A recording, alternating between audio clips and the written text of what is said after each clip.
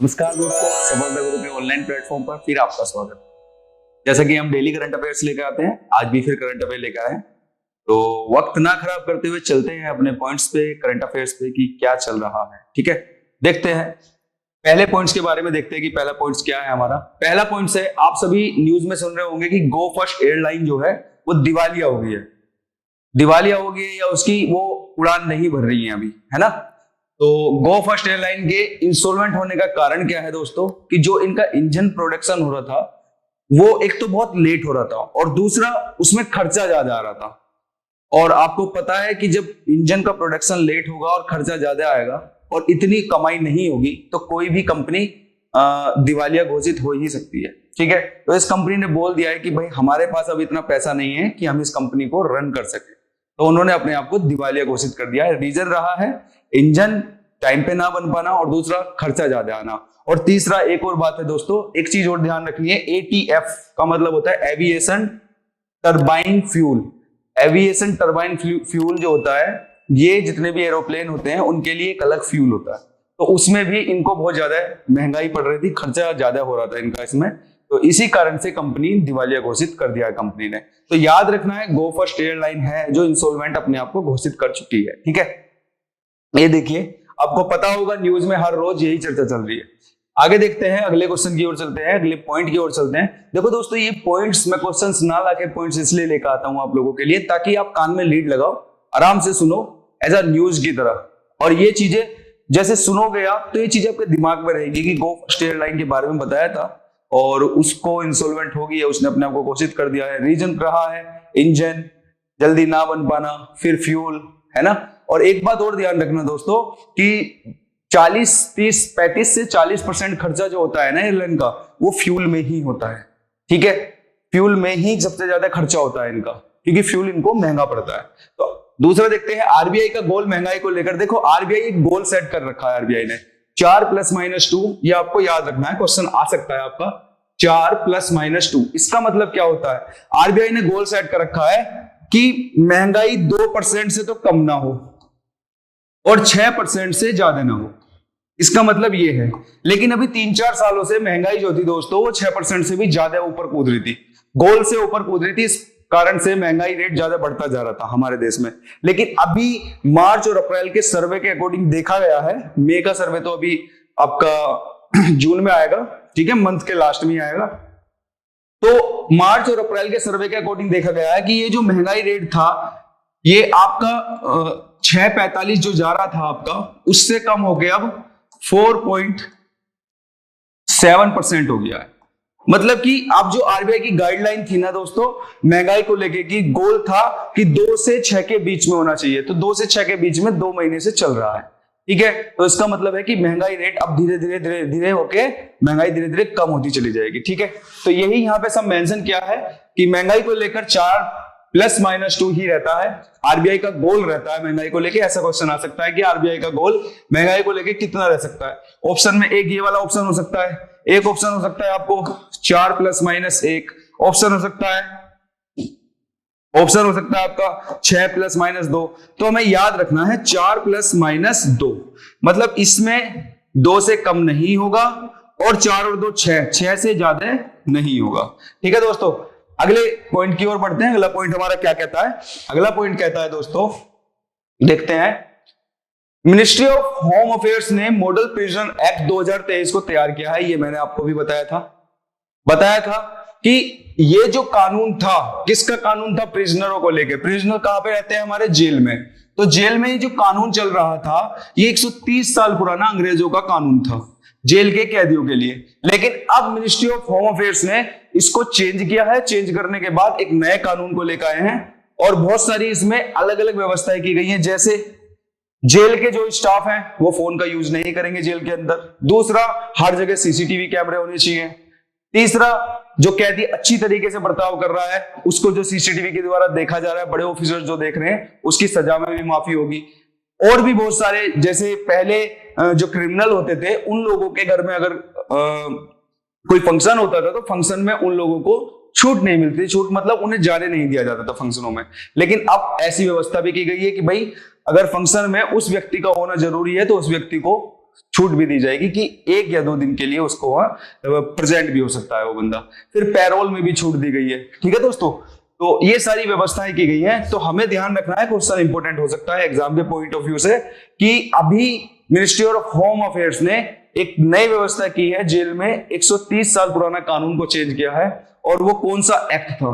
तो एक्ट ध्यान रखना है हमें, मॉडल प्रिजनर एक्ट 2023, ये ध्यान रखना है हमें। ठीक है, आगे चलते हैं। आगे क्या है दोस्तों?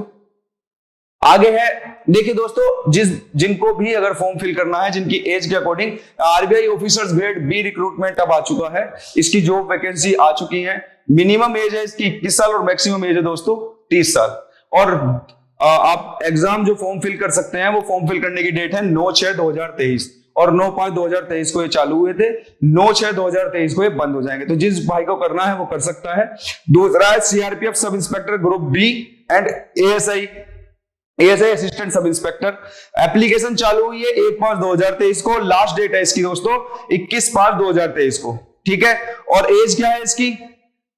सब इंस्पेक्टर की एज है 30 साल से कम का होना चाहिए और असिस्टेंट सब इंस्पेक्टर की एज है 18 से 25।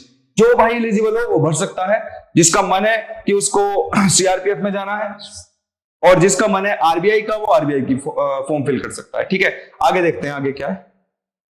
आगे है, सुप्रीम कोर्ट का कहना है कि जहां लेडीज वर्क करती हैं वहां पर, देखिए ये बहुत चर्चा में चल रहा है, क्योंकि आपको पता है कि जंतर मंतर पे धरना दे रखा है रेसलर्स ने, क्योंकि उनका कहना है कि हमारा जो चीफ है ब्रजभूषण साहब, उन्होंने वहां की जो लेडीज थी, जो फीमेल रेसलर थी, उनके साथ बदतमीजियां की है, सेक्सुअली हरेसमेंट करने की कोशिश की है और कुछ को किया भी है, ऐसा उनका कहना है। एफआईआर भी दर्ज करवा रखी है। तो इसीलिए सुप्रीम कोर्ट ने एक नई बात बोली है, सुप्रीम कोर्ट की बैठक हुई थी, उसमें नई बात बोली गई है कि लेडीज वर्क जहां पे करती हैं वहां पर एक कमेटी होनी चाहिए, कंप्लेंट कमेटी होनी चाहिए। मैंने कल भी बताया था, आज भी बता रहा हूं कि जहां भी लेडीज वर्क करती है वहां कंप्लेंट कमेटी बनाई जानी चाहिए। अगर देखा गया है ऐसा कि ज्यादातर जहां लेडीज वर्क करती है वहां कंप्लेंट कमेटी नहीं है, लेकिन सुप्रीम कोर्ट का कहना है कि ये काम होना चाहिए था, लेकिन ये काम हुआ ही नहीं।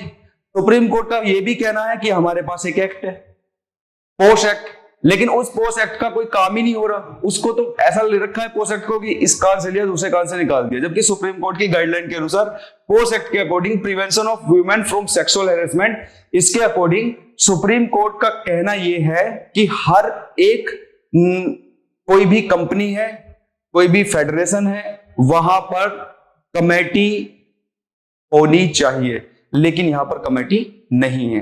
तो इसी वजह से सुप्रीम कोर्ट ने कहा है कि ज्यादा से ज्यादा, और हर स्टेट को बोला है, इंडिया के हर स्टेट को बोला है कि सभी कंपनियों में, जितनी भी कंपनियां हैं भारत में और जितने भी फेडरेशन है, उन सब में लेडीज के लिए कंप्लेंट कमेटी होनी चाहिए।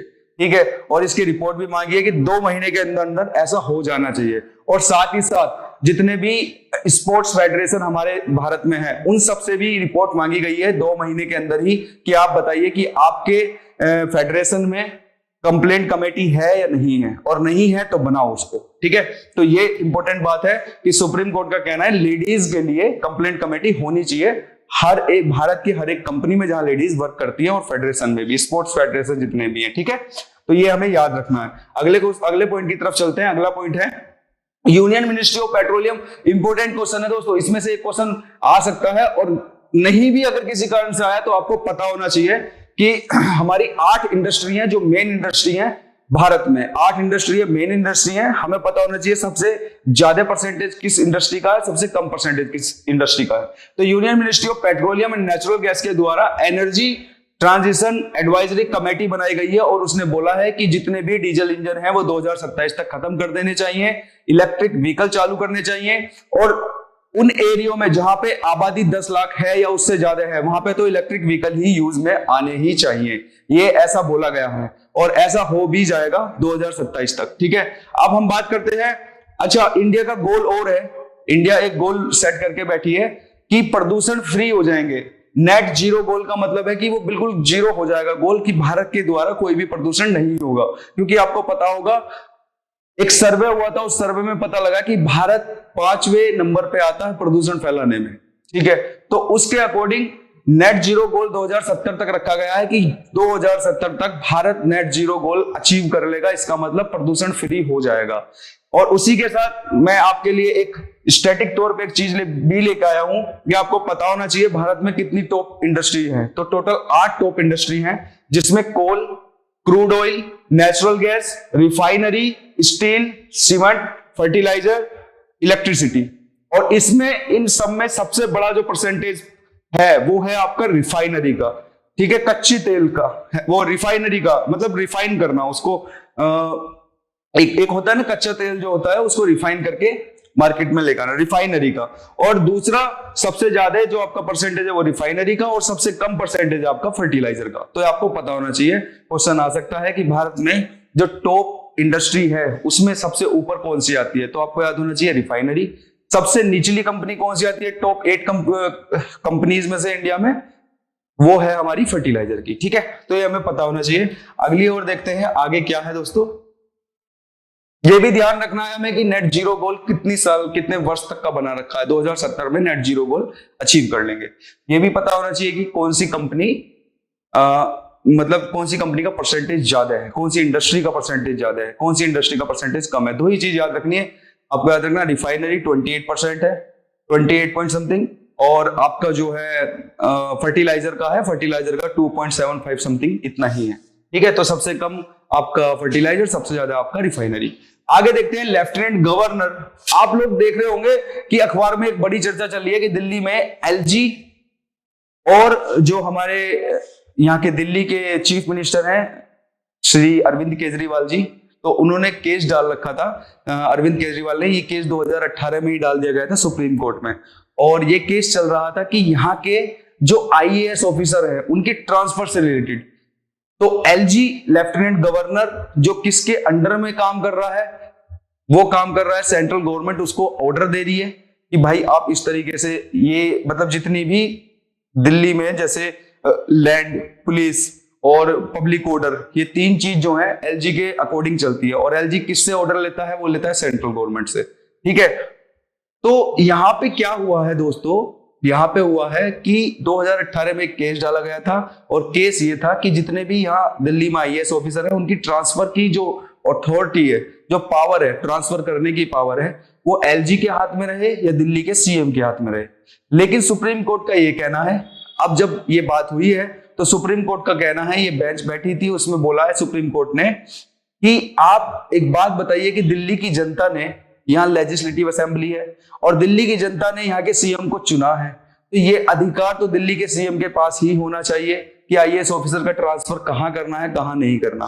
तो इस विषय में दिल्ली की सरकार, जो आप सरकार है, उसकी जीत हुई है। और अधिकार किसके हाथ में आया है, ये आया है सीएम साहब के हाथ में कि उनको अधिकार है आईएएस ऑफिसरों का ट्रांसफर करना। तो याद रखना है हमें कि ये जो लड़ाई थी 2018 से चल रही है सुप्रीम कोर्ट में, और सुप्रीम कोर्ट का फैसला अब आया है और उन्होंने बोला है कि भाई जितने भी आईएएस ऑफिसर हैं उनकी ट्रांसफर की पावर जो होगी वो एलजी के हाथ में ना होके, लेफ्टिनेंट गवर्नर के हाथ में ना होके, दिल्ली के सीएम के हाथ में होगी, ठीक है।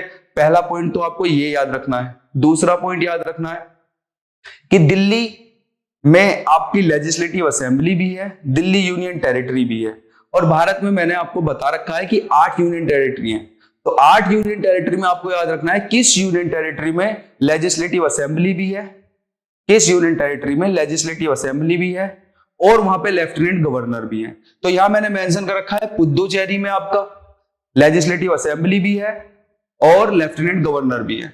दिल्ली में आपकी लेजिस्लेटिव असेंबली भी है और लेफ्टिनेंट गवर्नर भी है। जम्मू और कश्मीर में लेफ्टिनेंट गवर्नर भी है और लेजिस्लेटिव असेंबली भी है। तो ये 3 यूनियन टेरिटरी हैं जो आपको पता होनी चाहिए, जिनमें लेजिस्लेटिव असेंबली के साथ साथ लेफ्टिनेंट गवर्नर भी है, ठीक है दोस्तों। और फैसला मैंने बताया है कि दिल्ली में क्या फैसला किया गया है कि यहाँ के सीएम को ही अधिकार होगा आईएएस ऑफिसर के ट्रांसफर का। तो अगर दिल्ली को अधिकार मिला है तो पुदुचेरी और जम्मू कश्मीर को भी ये अधिकार मिलेगा ही मिलेगा। क्यों? क्योंकि अगर दिल्ली यूनियन टेरिटरी है तो पुदुचेरी, जम्मू कश्मीर भी यूनियन टेरिटरी है, और ये भी मांग करेंगे। तो इसी मांग के अकॉर्डिंग उनके अधिकार में भी ये जाएगा वहां के सीएम के कि ट्रांसफर करना है, कहां करना है, कैसे करना है, ठीक है। आपको बस चीजें याद रखनी है कि दिल्ली के जो लेफ्टिनेंट गवर्नर है उनके हाथ में क्या क्या है, मैंने यहाँ मेंशन कर रखा है। पुलिस उनके हाथ में है, पब्लिक ऑर्डर उनके हाथ में है, एंड लैंड, जितने भी लैंड से रिलेटेड मामले हैं वो सब लेफ्टिनेंट गवर्नर के हाथ में है। उससे अलग जितने भी मामले हैं वो अरविंद केजरीवाल जी के पास है, और पहले जो था बस लड़ाई यही चल रही थी आईएएस ऑफिसर के ट्रांसफर की, वो भी अब क्लियर हो गया है। तो अरविंद केजरीवाल जी के हाथ में वो है, ठीक है, यहाँ के सीएम के हाथ में है। ठीक है दोस्तों, ये देखिए यहाँ लेफ्टिनेंट गवर्नर साहब है, अरविंद केजरीवाल जी भी है, ठीक है। और इनका अगर नाम की बात करें, लेफ्टिनेंट गवर्नर के नाम की बात करें, तो इनका नाम है विनय, विनय साहब इनका नाम है, ठीक है। आगे चलते हैं, अगली पॉइंट को देखते हैं। अगला पॉइंट कहता है हमारा ASI astronomical society of India ने जयंत नार्लिकर, नाम याद रखना है, जयंत नार्लिकर, जयंत नार्लिकर को लाइफ टाइम अचीवमेंट अवार्ड से सम्मानित किया है। जयंत नार्लिकर को लाइफ टाइम अचीवमेंट अवार्ड से सम्मानित किया गया है। और ये अचीवमेंट अवार्ड नार्लिकर जी पाने वाले भारत के पहले व्यक्ति हैं। और इस अवार्ड की शुरुआत जो की गई थी दोस्तों, वो सन 2022 में, मतलब अभी लास्ट ईयर ही इस अवार्ड की शुरुआत की गई थी, ठीक है। तो ये आपका एग्जाम से पॉइंट ऑफ व्यू से बहुत इंपॉर्टेंट बन सकता है, क्योंकि पहला लास्ट का बड़ा इंपॉर्टेंट होता है ना।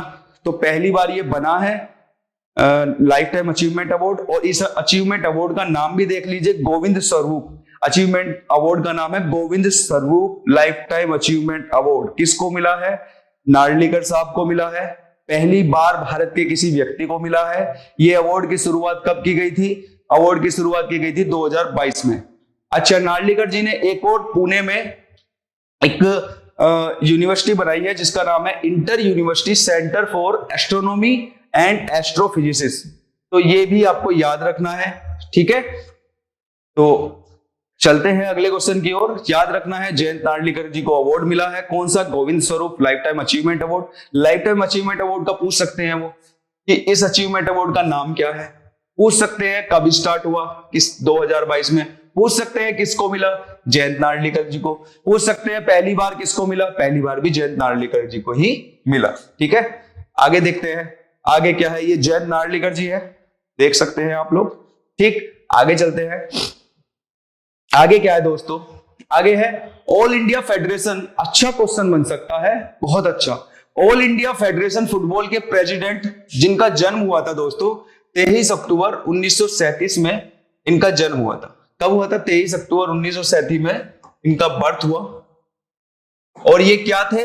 ऑल इंडिया फेडरेशन फुटबॉल के प्रेसिडेंट थे। ऑल इंडिया फेडरेशन फुटबॉल के प्रेसिडेंट कौन थे? उनका नाम है दोस्तों ए.आर. खलील बोल रहा हूं, खलील, ए.आर. खलील। तो इनका भी निधन हो गया है। इनकी उम्र रही थी 91 वर्ष के समथिंग, ठीक है। इनका निधन हो गया है और इनका बर्थ मैंने बता दिया है 23 अक्टूबर 1937 को। अभी तक कर्नाटक स्टेट फुटबॉल एसोसिएशन के 28 वर्षों तक प्रेसिडेंट रहे थे। 28 वर्षों तक मतलब 2018 तक ये कर्नाटक स्टेट फुटबॉल एसोसिएशन के क्या रहे थे? प्रेसिडेंट रहे थे। उसके बाद ये क्या बने? ऑल इंडिया फेडरेशन फुटबॉल के प्रेसिडेंट। तो क्वेश्चन आ सकता है अभी जिनका निधन हुआ है ए.आर. खलील साहब का, ये देखिए ए.आर. खलील साहब जिनका अभी निधन हुआ है, वो किस स्पोर्ट्स फेडरेशन के प्रेसिडेंट रहे थे? तो आपको याद रखना है कि ये ऑल इंडिया फेडरेशन फुटबॉल के प्रेसिडेंट रहे थे, ठीक है। आगे चलते हैं, आगे देखते हैं। ये वाला भी बहुत अच्छा क्वेश्चन है दोस्तों।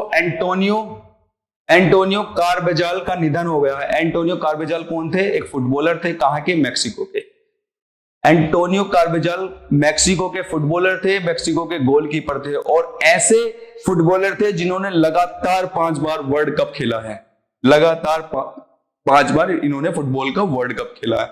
और कहां के थे? ये थे मैक्सिको के। क्या थे? ये गोलकीपर थे। ये भी हमको पता होना चाहिए। एंटोनियो कार्बेजाल, देखिए ये थे गोलकीपर, अभी इनका निधन हो गया है, ठीक है, 5 बार। और इनका एक और नाम है एंटोनियो कार्बेजाल का, जिनका नाम है टोटा। तो इन्हें टोटा के नाम से भी जानते हैं, ये आपको याद रखना होगा। एंटोनियो कार्बेजाल मैक्सिको के थे, 5 बार लगातार फुटबॉल खेले हैं, गोलकीपर थे और इन्हें टोटा के नाम से भी जानते हैं। आगे देखते हैं दोस्तों, आगे अगले पॉइंट की तरफ बढ़ते हैं। हमारा अगला पॉइंट क्या कहता है? अगला पॉइंट क्या? हिंद महासागर का 6ठा संस्करण ढाका बांग्लादेश में 12 मई को 2023 को किया गया। ये आपको याद रखना है क्योंकि इंडो पैसिफिक ओशियन, मैंने आपको बताया था कि चाइना का एग्रेशन हो रहा है। भारत के प्रधानमंत्री जून में अमेरिका जाएंगे, जो बिडेन से मिलेंगे, वहां के प्रेसिडेंट से मिलेंगे, वो लोग मिलकर बात करेंगे, एक ग्रुप बनाया है जिस ग्रुप में 4 देशों को रखा गया है। तो ये सारी चीजें आपके एक क्वेश्चन से कनेक्ट होती है, और इनमें से एक क्वेश्चन बन ही जाता है। वो ग्रुप में पूछ लेंगे कितने देश हैं, टोटल 4 देश थे, ठीक है। और किस लिए ये ग्रुप बनाया जा रहा है, एग्रेशन को खत्म करना है, किसके, चाइना के एग्रेशन को खत्म करना है, ठीक है। और ये जो छठा संस्करण हुआ है ये कहां पे हुआ है, ढाका बांग्लादेश में हुआ है, ठीक है दोस्तों। आगे चलते हैं, और इनके बारे में जैसे दोस्तों ये क्वेश्चंस है, अभी इतना तो वो नहीं है कि मैं यही सारी चीजें बता दूं, लेकिन धीरे धीरे करके सारी चीजें मैं लेके चल रहा हूं। आप मेरे पीछे की वीडियो देखेंगे, इसके बारे में जानकारी लेनी है तो पीछे की वीडियो देखिए, उसमें सारी चीजें लिख रखी है मैंने, ठीक है। आगे चलते हैं, आगे देखते हैं इंडिया का पहला एयरपोर्ट, इंपोर्टेंट क्वेश्चन। ये बहुत इंपॉर्टेंट क्वेश्चन है, आपको पता होना चाहिए। मैंने बोल रखा है कि जो भी पहली चीज होती है भारत में वो बड़ी इंपॉर्टेंट होती है। वंदे भारत ट्रेन कहां से चली है, दिल्ली से पहली, वो भी इंपॉर्टेंट है। मैंने आपको बोला था उड़ीसा में अब मिलेगी, बिहार में मिलेगी 17वीं जो वंदे भारत है वो किसको मिलेगी, उड़ीसा को। उसके बाद बिहार को मिलेगी 18वीं। वो इतने इंपॉर्टेंट नहीं है, लेकिन पहले इंपॉर्टेंट है और लास्ट इंपॉर्टेंट है। मैंने आपको ये बताया था वंदे भारत ट्रेन के द्वारा आप 4 धाम की यात्रा भी कर सकते हैं। ये सारी चीजें इसलिए बोलता हूं कि पीछे की एक बार वीडियो को सुन लो, ताकि आगे आपका जो है ना, आगे से जो अब आप स्टार्टिंग से देख रहे हो चीजों को, तो वो चीजें ना आपकी चलती रहे, कनेक्ट करते रहो आप चीजों को। तो देखिए इसमें आते हैं, इंडिया का पहला एयरपोर्ट यूपी के वाराणसी में Lal Bahadur Shastri international airport. UP में एयरपोर्ट है कहां, वाराणसी में, और उस एयरपोर्ट का नाम है लाल बहादुर शास्त्री इंटरनेशनल एयरपोर्ट। पहली बार भारत में पहली बार किसी एयरपोर्ट पे रीडिंग लॉज को बनाया गया है। रीडिंग लॉज मतलब यहां पर किताबें रखी रहती हैं और वहां पे लोग बाग किताबें आके पढ़ते हैं, और अलग अलग किताबें होती हैं वहां, है ना। देश के जितने भी बड़े बड़े महान व्यक्ति थे जिन्होंने अपनी किताबें लिखी थी, वो सारी किताबें इसमें ही मिल जाएंगी आपको। तो क्या है, इंडिया का पहला एयरपोर्ट जो यूपी के वाराणसी में है, उसका नाम है लाल बहादुर शास्त्री इंटरनेशनल एयरपोर्ट। वहां पर रीडिंग लॉज बना है पहली बार, ठीक है। और वहां पर कई बुक यहां होंगी, और जो युवा योजना के अंतर्गत, जो मोदी जी ने युवा योजना चलाई थी, उसके अंतर्गत कुछ यूथ ने अपनी बुक्स भी लिखी थी, तो वे बुक्स भी कहां पर मिलेंगी आपको, रीडिंग लॉज में।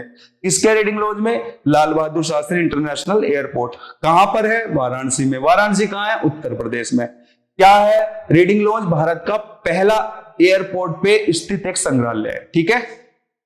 और ये बनाया किसने, नेशनल बुक ट्रस्ट के द्वारा इसे सेटअप किया गया है, ठीक है। तो ये हमें पता होना चाहिए किसके द्वारा इसको सेटअप किया गया है, लाल बहादुर शास्त्री इंटरनेशनल एयरपोर्ट की थोड़ी सी झलक देख लेते हैं हम लोग, ठीक है।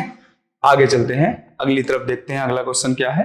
चलिए दोस्तों, यहीं पे हमारे आज के क्वेश्चन खत्म होते हैं, सारे पॉइंट्स खत्म होते हैं। इनसे अलग कुछ भी आपके एग्जाम से रिलेटिव है नहीं, क्योंकि आपको पता है कि आपके एग्जाम में मोहल्ले शहर की खबरें नहीं आती, आपके एग्जाम में आती है कि स्टेट के साथ क्या बातें चल रही है, किसी स्टेट में सबसे ज्यादा क्या चीजें चल रही है, क्या नया हुआ है। मोहल्ले पड़ोस की खबरें आपके एग्जाम से रिलेवेंट नहीं है, ठीक है दोस्तों। तो जितना भी आपके एग्जाम से इंपॉर्टेंट है वो सारी चीजें मैं इसमें डाल दी हैं एक दिन की। कल फिर आएंगे हम नई वीडियो लेके, नए क्वेश्चंस, नए पॉइंट्स लेके। तब तक के लिए आप इनको ध्यान से सुनिए, देखने का समय नहीं है तो कान में लीड लगाइए, लीड लगा के सुनिए, ठीक है दोस्तों। चलिए कल फिर मिलते हैं नए क्वेश्चंस के साथ। बहुत बहुत धन्यवाद।